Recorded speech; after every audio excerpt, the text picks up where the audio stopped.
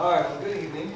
I was asked to challenge you guys to actually do a workout with me tonight. And I don't want to send anybody home sweating too badly, but I'm going to kind of get us going and just let you know that this exercise thing really is for everybody.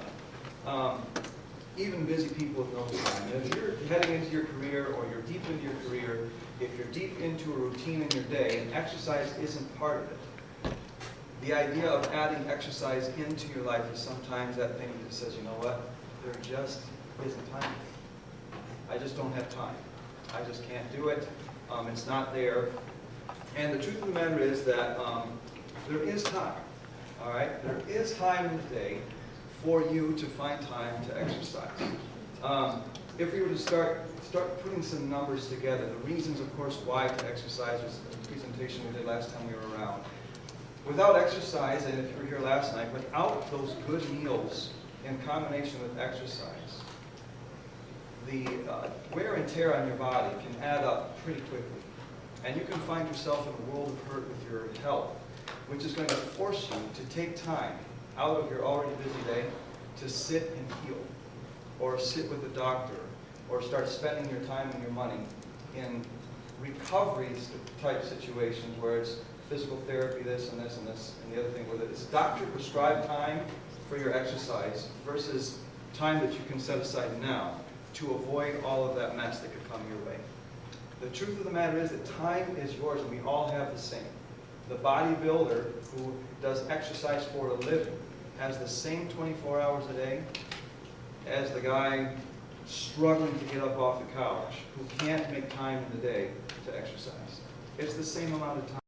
We can all do this, and all of us in this room, I'm going to talk to you about how we might just make this work and how this thing goes. So the truth of the matter is that in the United States, the average American spends 5 hours a day watching television, with over an hour of the day simply scrolling on social media. That's not walking on the treadmill through social media. That is simple static time on social media with another 5 hours a day spent with some kind of screen time per day, 35 hours a week. I promise you, if you could trade just all of that time for exercise, you'd be on pretty good shape. But the truth of the matter is, you don't need 5 hours a day of exercise to get yourself into a healthy state of being. All right? Most of our days, everybody generally has a wake-up time. From the time you wake up to the time you go to bed, there are prescribed things that happen. Most of our schedule is the most manipulatable in the morning. Once we hit into the afternoon, schedule, meetings, we have to be here, we have to do this, we have to do this, and we have to do that, until we hit the bedtime, primetime television hours. Primetime television hours are not the best time to work out. However, if you could trade the television time for exercise time, it would be a 100% step up on your investment of your time. Okay? I would like to tell you that this is really the best place to add your exercise, and it's in the morning. Exercise in the morning, before your brain kind of knows what's going on, is the best place that we have to get ourselves going. So here's one of the things. As adults, who in here likes coffee or a coffee-type beverage once in a while? Okay, the truth of the matter is that there is a massive run for coffee. Now, if we were to take a poll and find out what kinds of coffees people generally drink, if people were just drinking coffee, it wouldn't be so bad. But the truth of the matter is that coffee just doesn't taste that good. And so what people do is they load it up with sugars and stuff to the tune of 400 plus calories per coffee beverage on average, with sugar counts near 60 grams per sugar in your average 16 ounce. As soon as you say frappuccino coffee, if it's got anything more than just coffee, your calories just went up by 400%, and your sugar count is through the roof. We're talking 15 teaspoons of sugar on the average Big B coffee that has any kind of fancy title on it. 15 dips into the sugar jar. That is killing you. Now, most of you will do that because you think, I'm so tired from my morning, my late night, blah, blah, blah. I must stimulate my brain to get going. Well, the truth of the matter is that they have done test studies about this, brain activity on coffee. And while there is an increase of brain movement and activity and stimulation with coffee, there is twice as much brain stimulation and activity bonuses just by doing simple exercises. Okay? Twice as much you're gaining. And it's not just that. With our obesity overweight rates through the roof at 36 to 40%, the new 2016 figures just came out and it didn't go down. Okay? It went up. We're not getting any healthier. And the coffees that we're using to make up for our late night and our lack of exercise time are killing us even more. But there's other benefits, okay? There's other benefits to exercising in the morning. Your metabolism is going to go up. If you start your day with exercise, your metabolism is going to rise. What is the metabolism again? That's your body's ability to deal with what you give it for energy. Okay? Whatever you put into your body, it has to use that for energy to get you through the day. You want that thing, that metabolism running at full speed, okay? And running at full capacity so that when you put something in, it is used for energy, and then by the end of the day, it's no longer on your person. Otherwise, it's like going out to the woods, cutting the wood pile for the energy that you need for the winter to come, and instead of storing it out in the shed until you need it, you store it in the living room. And not just a little bit, I'm talking the whole wood pile in the living room. And now, moving through the living room and having a good place to relax isn't so good. You don't want to store all of your energy on your person. You want to store it in the refrigerator and in the cupboard until you need it. And then you put it inside of you, you use it up, and then you go back and get some more. What we as Americans are doing is setting ourselves up to be a storehouse for energy. Fat is our energy. It's what our body runs on. But we don't want to carry it around with us. Right? You don't want to take your furnace with you in your car everywhere you go and take the propane tank and, no, you leave that stuff where it goes until you need it. Then you turn it on, use it, and when it's gone, get some more. Right? That's the way it needs to work. So our metabolism can start running if we exercise in the morning. Because the morning hours are not riddled with all of our appointments and stuff, if we make that time to exercise in the morning, we immediately have a consistent schedule. If we get up and we exercise, nobody can take that away from us because nobody is setting their appointment with us early in the morning. Those appointments, if work starts at 8, before 8 o'clock, nobody's messing with you. That's your time. And so you put the exercise in that window because it's yours and you can consistently access it. As I mentioned, the physical energy that we have, I didn't mention physical. Your physical energy is going to go up if you exercise. The immediate feeling of your body is going to be fatigue, but because you are pumping blood vessels through your body and increasing your body's ability to use and access the energy within our blood, through your exercise, you are going to gain energy because you exercise. It's not the other way. I'm too tired to exercise. You're not too hungry to eat, right? You eat because you're hungry. You exercise because you don't have it. You can't be too tired to exercise. It's not possible. You exercise to avoid that, right? To get the energy, not because you don't have it, right? And it gives you the mental clarity, all right? By exercising, you are going to show yourself that you love yourself. This is a mental thing that you can own it. When you start exercising, you know personally that you are doing a thing that is good for you. Right? It's like the pre-investment into your 401k. When you know that you're doing that thing for your financial long term, there's peace in that. There's also peace in knowing that you have made the decision to take care of your physical body, the only one that you will ever have. Whether you die at 50 or you die at 105, what you did until you died was yours. And you can really have a huge, vast influence on how long that life goes if you will invest into yourself via your diet, your nutrition intake, which we talked about last night, and the exercise that you do to keep yourself moving. Okay? That strong self-discipline will go all over into your life. Your sleep will actually increase. If you wake up in the morning and exercise, when it's time to go to bed, you will actually want to go to bed. And you will sleep better through the night, not worse. If you're one of those people who tends to be on that device until the last minute only to roll over and try to sleep calmly through the night, you're messing with your brain's ability to get your melatonin running in your body. Your whole system does not prepare itself to sleep at night the way it's supposed to. By getting up in the morning and exercising, you set an internal clock that gets your body ready to go to sleep when it's time to be there. And because you're working towards a goal, you can start marking those goals off for yourself, whether it's pounds or inches or strength or whatever it is. This can become a measurable thing for you over time, which will keep you motivated because you'll see success. You will see the change, you will feel the change, you will be the change in your body because it's just you and it's your body. If you can love your life and the people around you, you need to love yourself and your body. It's the only thing you get. All right? So let's talk about this. How are you actually going to do it?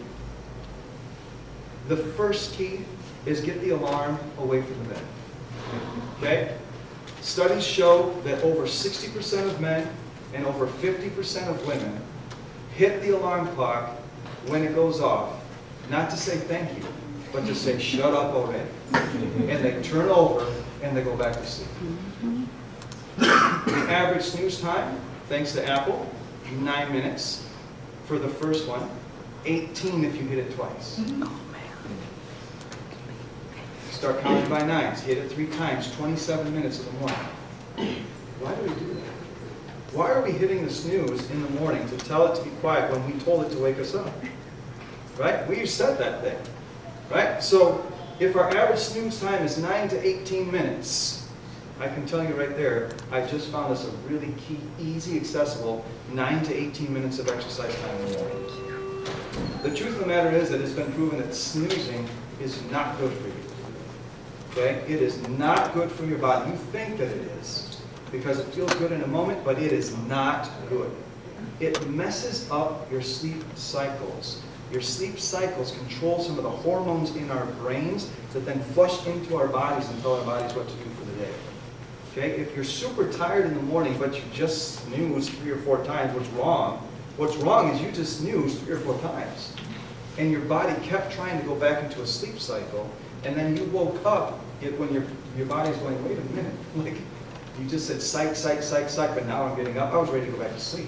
And it could take up to 4 hours for your body to recover from that to where your body actually recognizes, okay, we are actually moving now, I'm awake, and meanwhile you were throwing in 400, 600, 900 calories of coffee and sugar and other stimulants to try to make up for the snoozing that happened before. And you just ran yourself into a big mess, all right? Because all that sugar is killing your metabolism, which we're trying to get jump-started and going up. So with your sleep cycles out of whack, your sleep fragmented, you can cause what's called sleep inertia, which is that build-up towards sleep that your body actually runs into, wanting to continue to sleep because you kept waking up, sleep, wake up, sleep, wake up, sleep. With psych, I'm going to keep going this time, and your body's going, no, we're still asleep. And you're like, oh, baby, where are you? Wake up, wake up, wake up. You can't do it. It causes brain fog, and it really gets us moving all out of whack. So, why are we doing this? Well, Robert Rosenberg says that most people are doing this because they're not getting enough sleep on a daily basis. The chronic sleep deprivation, which is said to be 6 hours or less, okay, is causing what is called social jet lag.